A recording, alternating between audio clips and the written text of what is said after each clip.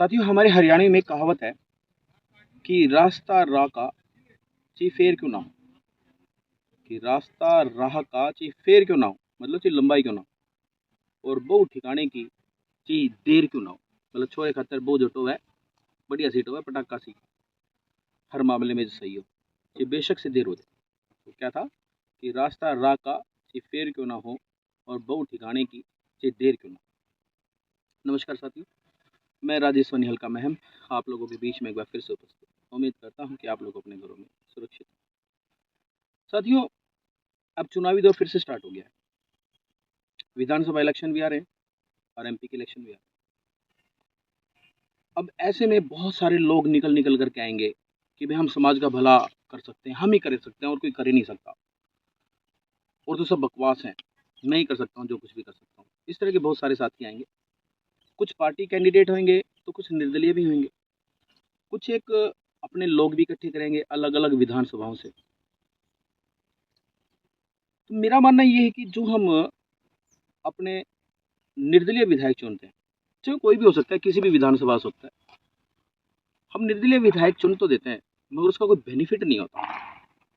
निर्दलीय विधायक बनने से पहले क्या कहेंगे, भाई आप मुझे वोट दो, मैं आप लोगों की आवाज़ विधानसभा तक पहुंचाऊंगा, बड़ी पार्लियामेंट में भेजूंगा, आपकी आवाज़ बन करके जाऊंगा, वहाँ पे आवाज़ उठाऊंगा, आपके काम करूंगा, आपके ये करूंगा, आपके वो करूंगा। और होता क्या कि कुछ नहीं होता, 12 बिग्घा में दाने नहीं बनते। ऐसा हुआ है, ऐसा हो रहा है। जब बन जाता है, बनने के बाद क्या होता है, या तो किसी मंत्री पद के लिए वो अपने आडी लाठी घेर देगा, मेरे को मंत्री पद दो, तब आपकी पार्टी को समर्थन दूंगा, नहीं तो नहीं दूंगा। और होता क्या कि पार्टियां भी बड़ी घाघ होती हैं, उसकी बजाय किसी और बंदे को लेकर के अपनी सरकार बना लेती हैं, और वो बंदा जो निर्दलीय होता है वो बैठा रहता है, वो किसी काम का नहीं होता। फिर जनता उसके पास अगर अपना काम करवाने के लिए जाती है तो फिर कहता है कि भाई क्या करें, निर्दलीय विधायक हो गया ना, सरकार में मेरी चलती ही नहीं।